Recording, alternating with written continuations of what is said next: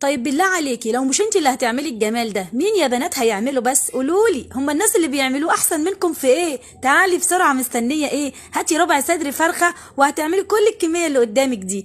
قد ايه هنعمل النهارده احلى ستريبس او زنجر بنشتريه من بره يا جماعه بالشيء الفلاني، واولادنا طبعا كلهم بيموتوا فيه. هنعمله بطبقه خارجيه كمان جميله ومتماسكه، حاجه كده بجد ما يختلفش عليها اتنين. قبل اي حاجه نسمي بالله ونصلي على الرسول، ويلا بينا نشوف بنعمل ايه على طول. عندي هنا ربع صدر كده فرخه زي ما انا وريتكم، تمام؟ لسه مكملين في اكلات التوفير.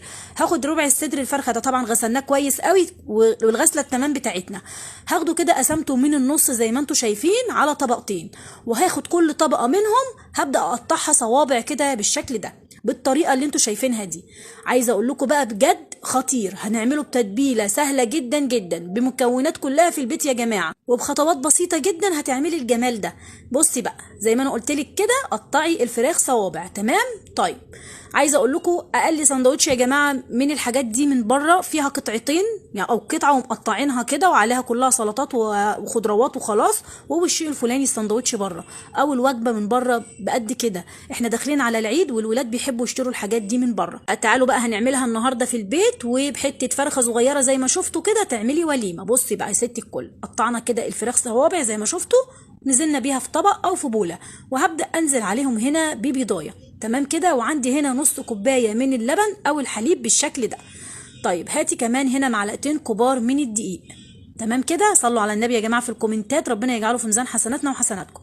عندي هنا معلقه صغيره من البصل البودر، معلقه صغيره من الثوم البودر، ونص معلقه من الفلفل الاسود، وربع معلقه من البابريكا، ومعلقه صغيره من بهارات الفراخ، ونص معلقه صغيره من الملح، وهنا طبعا الملح اختياري. وعندي هنا بقى كمان نص معلقه كده من المرقه الفوريه، ودي بتيجي من عند العطار سايبه. حلو كده، قلبي بقى كل المكونات دي. وعايزه اقول لك بقى كل ما تسيبيها في التتبيله فتره اطول بتكون النتيجه احلى واحلى، وبتشرب كمان من التتبيله، تمام؟ بصي بقى هنقلبها كده وهنسيبها بقى على جنب ايه في التتبيله بتاعتها، زي ما قلت لك على قد ما تقدري سيبيها فتره طويله. تعالي بقى نعمل الطبقه الخارجيه بتاعتنا اللي بجد اتاكلت قبل الفراخ. بصي بقى عندي هنا كوبايه من الدقيق او الطحين، هنبدا احط عليه كيس كده من الفيجيتار اللي بيجي برده من عند العطار، وعندي نص معلقه من بهارات اللحمه الفراخ سوري اللي احنا حطيناها في الاول، وعندي معلقه كبيره من النشا، ونزلت عليها برشه من الملح بسيطه جدا. خدي بالك برده من الملح هنا، طبعا الملح حسب التذوق، بس وانتي بتحطي الملح خدي بالك لان احنا حاطين مرقه فيها ملح، وحاطين كمان كيس الفيجيتار ده بيكون فيه ملح، والتوابل بتاعه الفراخ ساعات بتكون مملحه، فخدوا بالكم من الحاجات دي كويس قوي، ما تحطيش الملح المعتاد بتاعك، تمام كده؟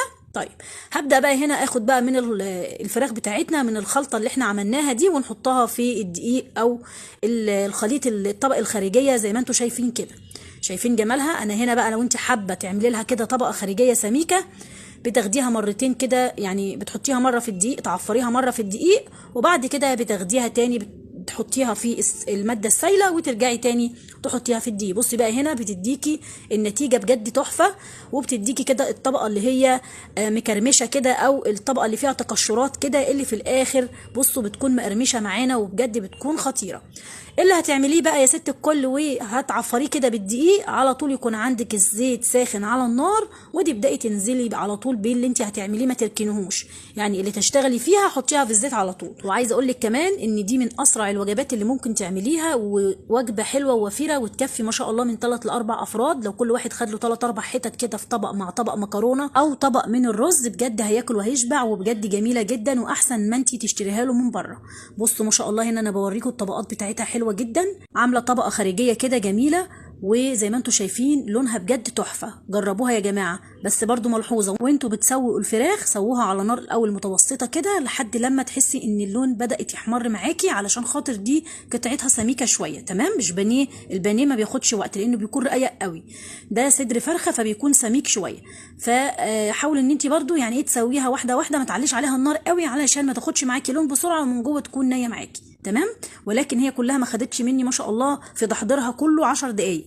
هتبداي بقى تطلعيها بالشكل ده، اول ما تاخد معاكي اللون الذهبي على المناديل تصفيها كده، وابداي يا ست الكل بقى تقدميها لاولادك بقى مع مكرونه، مع رز ريزو، مع مثلا بطاطس محمره كده زي ما انا عملت، وشويه كده خضار سلطه، ويا سلام بقى كاتشب بقى ومايونيز، وكانك اشتريت لهم الحاجه دي من بره. زي ما قلت لك شوفي من بره، بصي القطعه ما شاء الله قد ايه، والله العظيم ما شاء الله قطعتها كانت جميله جدا وحلوه جدا، وما صدقتش ان بربع صدر فرخه يعمل لي كل الكميه دي يا جماعه ما شاء الله. زي ما قلت لكم تكفي 3 4 افراد، كل واحد لو خد له 3 4 حتت في طبق ما شاء الله يعني حلوين، احسن من اللي بيجي من بره مع طبق مكرونه ولا طبق رز يا سيدي. شايفين جمالها ولا لونها؟ بالله عليك ايه رايكم بقى؟ اعمليها للولاد في العيد، ما تخليهمش يشتروا حاجه من بره، لان حاجه بره برضو احنا مش عارفين معموله ازاي. فاشتري صحه اولادك، واشتري كمان نفسك، واشتري فلوسك، انت اولى بالفلوس. الفرق ده كله يا جماعه شوفي عشان تشتري اقل وجبه بكام. كان نفسي بجد اسمعكم القرمشه، ايه رايكم بالله عليكم؟ شايفين الطبقه الخارجيه قد ايه، ولا قد ايه متماسكه وجميله، ولا اللحمه من جوه بصوا بيضه وجميله ومستويه دايبه دوب، بجد تحفه تحفه تحفه.